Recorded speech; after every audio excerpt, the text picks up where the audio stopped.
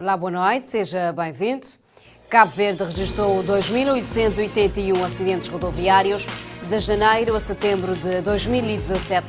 Bornefonda, em organização deixa Cabo Verde definitivamente em dezembro.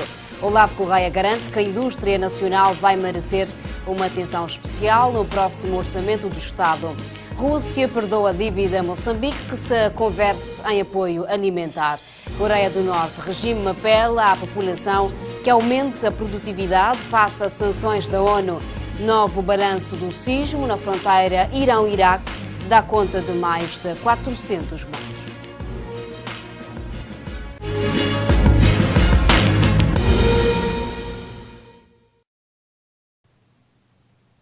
Continuação de Boa Noite, Jornal 10, a primeira edição desta semana, Atualidade Nacional. A Associação da Luta contra o Cancro da Próstata realiza neste mês de novembro uma campanha de sensibilização para autoexame relativamente ao cancro da próstata e identificação dos fatores de risco. Dos dados apresentados, cancro da próstata tem sido a maior causa de morte em Cabo Verde. É já no dia 15 deste mês que começa a campanha de luta contra o cancro da próstata. A associação, que tomou posse recentemente, pretende dar continuidade ao trabalho em curso. Neste Novembro Azul, que é o lema desta campanha, percorrerá na praia e nos 3 concelhos de Santo Antão. A associação tem trabalhado na sensibilização, levando mensagem de prevenção e realizando rastreio, exame do colo uterino e mamário. E neste Novembro Azul não vai ser diferente. Vamos ter atividades com palestras e com médicos voluntários da associação, é o caso do Dr. Sidónio e outros médicos que estarão na ilha, na Ribeira Grande e Paúl, dando ênfase ao Novembro Azul. Vamos ter sessões de rastreio de próstata, basicamente próstata nos 2 concelhos, Paúl e Ribeira Grande, e também, como sabem, a tarefa essencial da associação é divulgar, sensibilizar cada vez mais para a problemática do cancro, neste caso, este mês, o cancro da próstata. Estamos a estender as nossas palestras e conversas abertas às comunidades estudantis e também às comunidades locais mais para o interior da ilha, que é o caso de Cuculi, por exemplo, e também na Vila das Popas. Vamos ter, portanto, no dia 15, em parceria com a Enapor, vai haver rastreio aos funcionários e estivadores, funcionários da Enapor, estivadores e pescadores do Porto da Praia. No dia 15, no dia 18, concretamente, também temos uma ação de palestra e rastreio em parceria com o Centro de Saúde da Chada Grande Trás, e aí o objetivo é apanhar as comunidades dos bairros São Tomé, Chada Grande Frente, Trás. Isso é o trabalho que o Centro de Saúde está a fazer, por forma a que tenhamos um número, um número significativo de pessoas que realmente necessitem. O urologista Sidónio Monteiro avança: de acordo com os últimos dados de 2015, o cancro da próstata foi a maior causa da morte em Cabo Verde. Prevenção do diagnóstico precoce e assintomática são 2 elementos que carecem de enorme preocupação. Mortalidade, neste momento, por cancro da próstata, tem ultrapassado em Cabo Verde o próprio cancro da mama das mulheres e o colo do útero. Tem havido, portanto, um aumento considerável do número de casos de cancro da próstata. O cancro da próstata, eu gostaria também de precisar que a prevenção é fundamentalmente no diagnóstico precoce. Normalmente fala-se em prevenção e as pessoas têm a tendência em pensar em como evitar a doença. Mas eu aqui gostaria de dar ênfase à prevenção no aspecto que tem a ver com o diagnóstico precoce, ou seja, um cancro da próstata diagnosticado em tempo na própria próstata, que não tenha ainda apanhado a parede ou os órgãos que estão aí ao lado, ou então que não se tenha metastizado para outros órgãos, é praticamente 100% curável.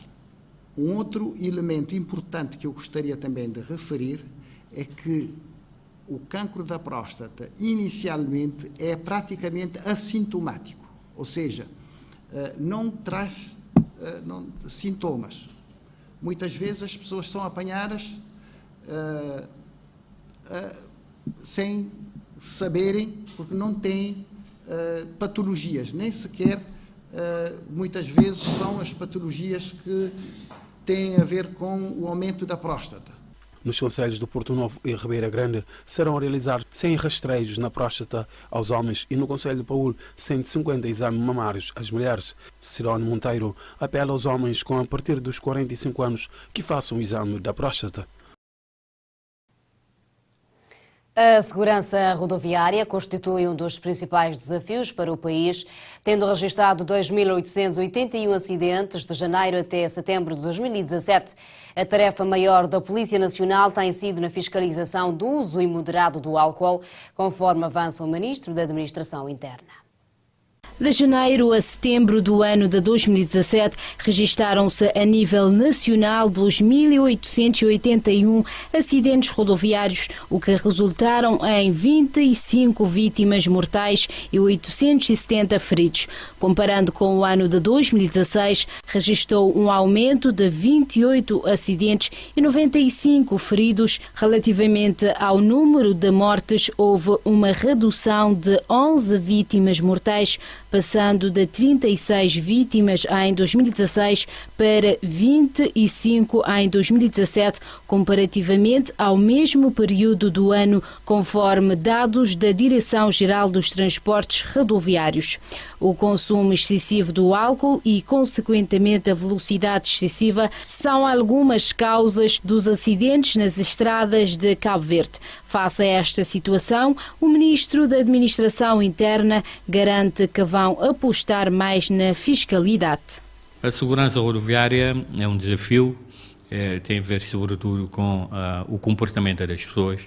Um dos maiores desafios atuais da Polícia Nacional tem a ver com a fiscalização do consumo do álcool, do uso imoderado do álcool na área da segurança rodoviária. Para além das incivilidades do uso da velocidade excessiva, a questão do álcool se coloca com muita premência. O nosso desafio é de reforçar a fiscalização. Garante ainda que estão a trabalhar num pacote legislativo importante de reforma de todo o setor dos transportes rodoviários, com várias alterações. Nós estamos neste momento a trabalhar um pacote legislativo importante de reforma de todo o setor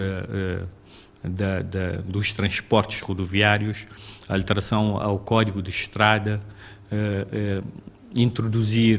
pensamos introduzir a Carta por Pontos, aprovamos recentemente o novo regime jurídico geral dos transportes automóveis, ainda não foi promulgado, mas que virá trazer mais disciplina para o setor dos transportes, refiro-me aos transportes públicos, aos táxis, aos iaces, às carrinhas, a tudo o que seja transporte público. Isto faz parte de um pacote grande, com o objetivo de disciplinar e de regular melhor, que é o nosso papel a nível da Direção-Geral dos Transportes Rodoviários. O Conselho da Praia continua a liderar o ranking da sinistralidade rodoviária com 1.825 acidentes e 289 feridos, seguido de São Vicente com 332 acidentes e 148 feridos, Sal com 137 acidentes e 73 feridos, ocupando as ilhas de Santo Antão, Fogo, Brava e São Nicolau os últimos lugares. A Bornafondem vai deixar Cabo Verde definitivamente em dezembro, após 28 anos de atividades em prol das crianças e famílias desfavorecidas das ilhas de Santiago, Santo Antão e Fogo. Durante os 28 anos, a educação, saúde, atividades geradoras de rendimento Crianças e o seu desenvolvimento foram as áreas de intervenção da Bornafonden aqui em Cabo Verde. Mais de 20 mil crianças foram apadrinhadas, muitas outras crianças, familiares e parentes beneficiaram desse apoio nas comunidades. Cerca de 5 mil crianças conseguiram completar com sucesso o ensino secundário e 1.300 a formação profissional, conforme avança a chefe do programa Bornafonte. Mais de 20 mil crianças foram apoiadas a nível de educação. Conseguiram estudar o 12º ano ou então formação profissional. 28 centros de saúde foram reconstruídas ou construídas. Cerca de 1.500 famílias utilizaram atividades de alto rendimento como uma atividade contínua na área da agricultura, da pesca e da criação de gados. Na área de criança e desenvolvimento também fizemos todos os anos campo de férias, onde as crianças puderam discutir com os colegas, conhecer as experiências de todos os concelhos. A organização sente orgulho das atividades desencadeadas e, para concluir todo o trabalho, vai assinar um acordo com as câmaras municipais das ilhas beneficiadas para as crianças que ainda estão apadrinhadas. A Ministra da Educação felicitou a organização, salientando que das áreas prioritárias, a educação foi a que teve mais intervenção. Estes 28 anos de presença da Bornafonden em Cabo Verde, que tem concentrado a intervenção nestas áreas que aqui foram mencionadas, educação, saúde, criança, e eu diria redução da pobreza em geral, destas áreas, sem dúvida, a educação tem sido a mais privilegiada. Foi a porta de entrada, o que mostra a importância que este sector, que esta organização dá à educação, na redução da pobreza, e também é a nossa porta de saída, porque apesar de se retirar ainda durante 2 anos e através das câmaras municipais, continuará a apoiar aos alunos que neste momento estão apadrinhados até finalizarem o seu ciclo de estudos. A Bornafonde iniciou as suas atividades em Cabo Verde em 1989, mais concretamente na ilha de Santo Antão. Posteriormente, estendeu as suas atividades para Santiago em 1999 e Fogo em 2004. Esta intervenção contribuiu muito para a melhoria das condições de vida das crianças e dos jovens, ajudando globalmente na redução da pobreza, acesso à educação e cuidados da saúde em Cabo Verde. À margem da assinatura do protocolo com a Cuba, o Ministro da Cultura e Indústrias Criativas, Abrão Vicente, avança que muitas irregularidades podem estar na decisão do não financiamento do AMA, mesmo contrariando a sua decisão em continuar com o projeto. Na semana passada veio ao público uma nota do Ministério da Cultura e Indústrias Criativas que dizia deixar de financiar o AMA. Mas, para além disso, há mais razões da não contemplação do AMA no próximo Orçamento Geral do Estado. Nós estamos à espera da concretização do processo judicial que está em causa e da investigação. Inclusive quanto às dívidas do Banco da Cultura. Quem leu o relatório da Inspeção-Geral das Finanças sabe que investiu-se mais de 92 mil contos só para o estudo estratégico para se fazer o AMA. E o próprio relatório diz que não se entregou nenhum documento para justificar esse investimento. No relatório também encontra-se o nível de a divisão dessa verba pelas várias empresas. Não sei se o senhor jornalista tem acesso a isso, mas eu posso facultar. Quanto é que cada empresa envolvida nesse estudo de consultoria, inclusive a Harmonia e a OMEX, a Mantenha, em conjunto de outras empresas, quanto é que ganharam para montar o AME? Também porque, segundo o Ministro da Cultura, o projeto inicial do AME tinha de ser assegurado pelos privados. Afirma ainda que o AME nunca teve necessidade de recorrer ao Orçamento Geral do Estado do Ministério da Cultura, mas que, a partir de 2016, avança que o anterior ministro que tutelava a pasta da Cultura assinou um decreto obrigando o Estado a financiar o projeto em 22 mil contos, o que, para Abrão Vicente, agora não vai acontecer. No ano passado, esse orçamento de 22 mil contos representou cerca de 1/3 do orçamento de investimento do Ministério da Cultura. Isso significa que todas as outras instituições do Ministério da Cultura sentiram o facto da realização do AME ser suportado pelo investimento do Ministério da Cultura. Para além dos 22 mil contos, nós tivemos que mobilizar cerca de 10 mil contos nos privados. Portanto, este ano nós temos, eu pus perante o plafond que foi disponibilizado ao Ministério da Cultura, nós tínhamos duas alternativas.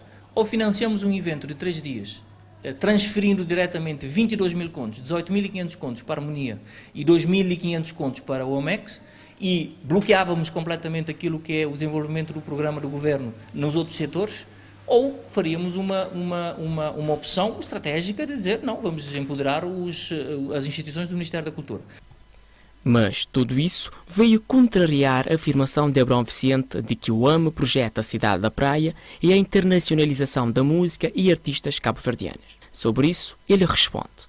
É um evento que projeta a nível da mediatização, a nível da promoção da imagem do país. Obviamente aparece mas o resultado, o AME, o objetivo é internacionalizar a música e os artistas cabo-verdianos. E quando se vai ver o resultado, ou seja, quantos artistas foram internacionalizados com contratos fixos, com gravação de CD, com um número de concertos. No último ano, por exemplo, nós tivemos 3 ou 4 artistas com concertos, mas mesmo estes concertos, nós tivemos, foram-nos solicitar as passagens para esses artistas internacionalizar. Ou seja, é um modelo de negócio que, por mais que movimente a cidade da praia, acaba por ser um modelo de negócio que tem que ser desenhado e suportado pelos privados. De acordo com o relatório da Inspeção-Geral das Finanças sobre a gestão do Banco da Cultura, o AME absorvia cerca de 31% dos fundos arrecadados para o financiamento de projetos culturais no país, de 2013 a 2016. Abrão Vicente procedeu nesta segunda-feira à assinatura do plano de execução do Acordo de Cooperação Bilateral, rubricado no mês de junho entre Cabo Verde e Cuba. O acordo ora rubricado irá facilitar a participação de Cabo Verde nos grandes eventos culturais que a terra de Fidel Castro organiza. Primeiro, a parte cubana abre-nos a porta para participar em importantes eventos, não só cubanos, mas de toda a América Latina, como é o Festival Internacional de Santiago Alvarez, como é o Festival de Dança em Cuba, como é a Conferência da Cultura Africana e Afro-Americana.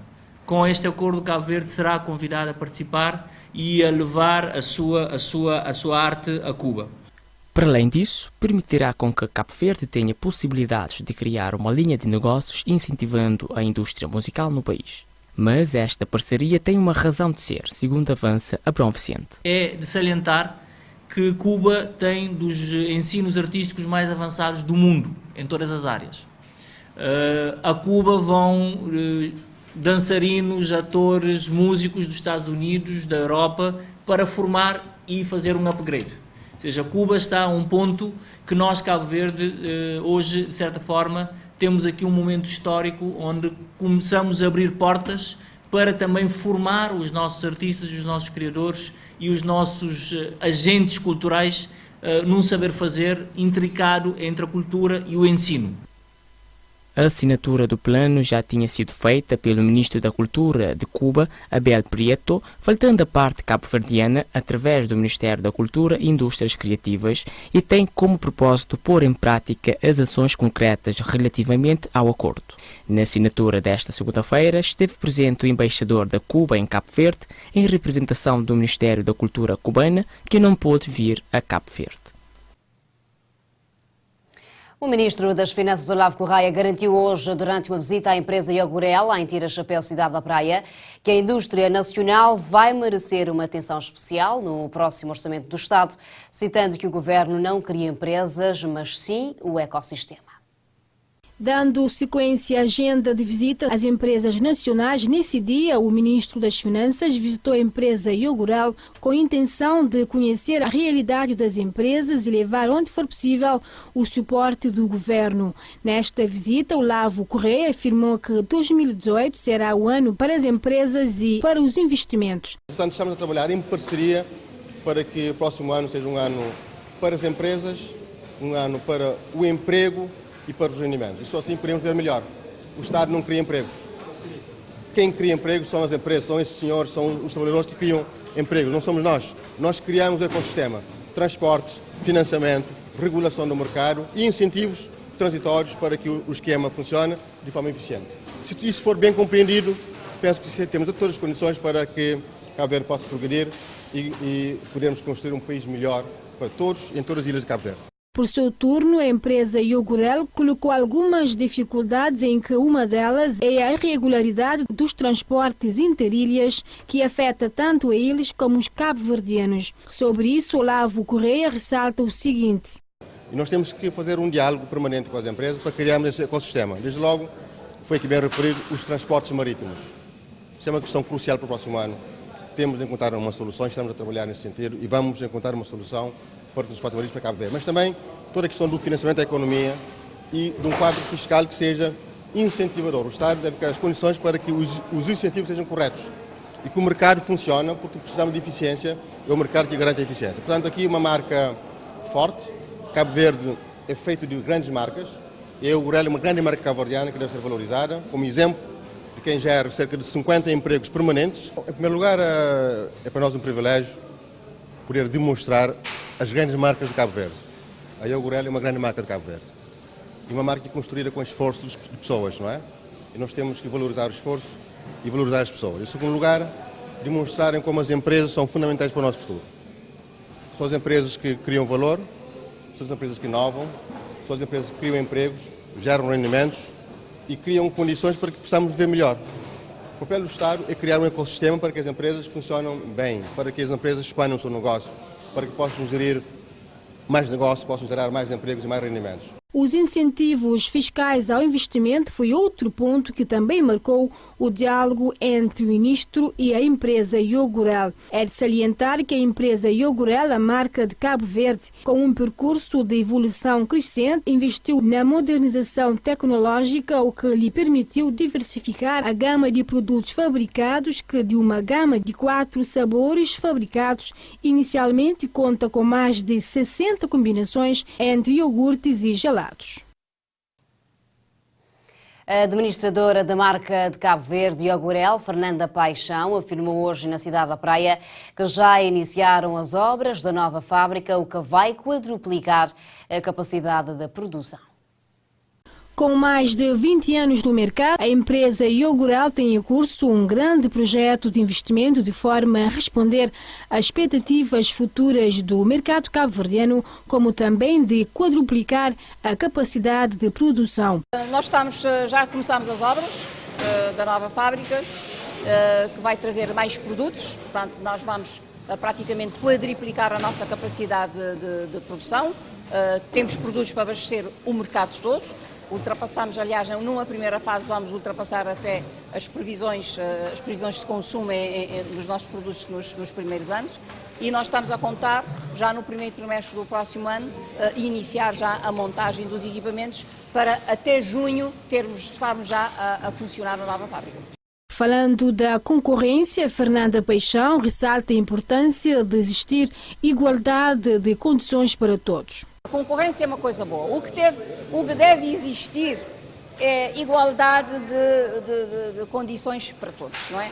Não se aceita que produtos similares ao nosso tenham taxas diferenciadas na nossa pauta aduaneira. Nós pedimos igualdade de circunstâncias, mas a concorrência em si é o que nos ajuda a crescer. Mantendo o fio condutor da marca, a empresa diz continuar a trabalhar para a melhoria nutricional dos lares cabo-verdianos, mantendo a dinâmica crescente da sua evolução. A efeméride de hoje fala sobre um santo muito conhecido.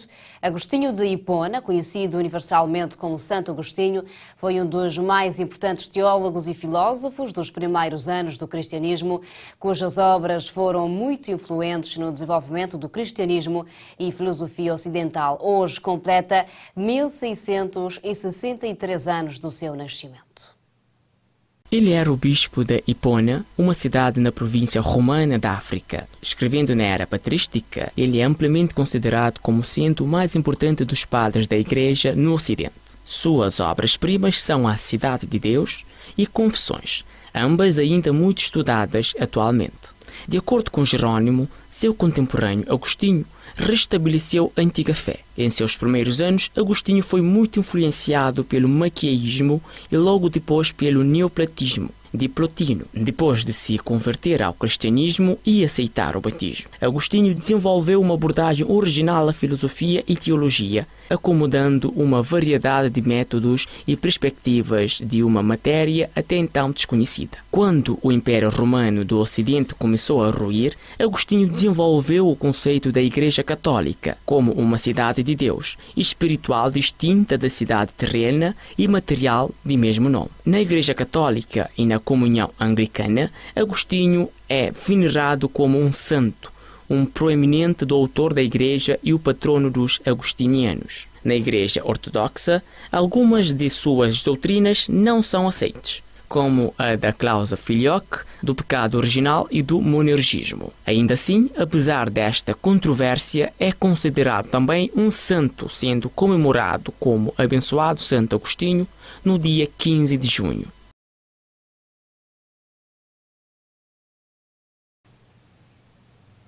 Manchetes de África, vamos a isso.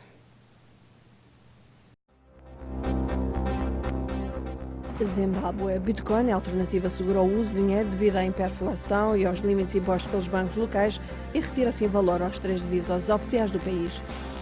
Uganda. Agricultores ugandeses experimentam efeitos adversos das mudanças climáticas com aumento dramático de temperatura e da chuva a juntar a sementes que raramente conseguem moderar. Argélia. No domingo, o fabricante de carros francês PSA assinou um acordo com 3 companhias argelinas para abrir fábrica de carros no país, onde a produção deverá começar no próximo ano. Egito. Um coro libanês realizou o seu primeiro concerto no Cairo, como parte do plano para alargar o seu estilo de canto à capela em árabe e oferecer uma nova imagem do Médio Oriente. O Campeonato Mundial 2018, Senegal, Tunísia e Marrocos qualificaram-se para o Campeonato Mundial de Futebol a ter lugar na Rússia no verão do próximo ano.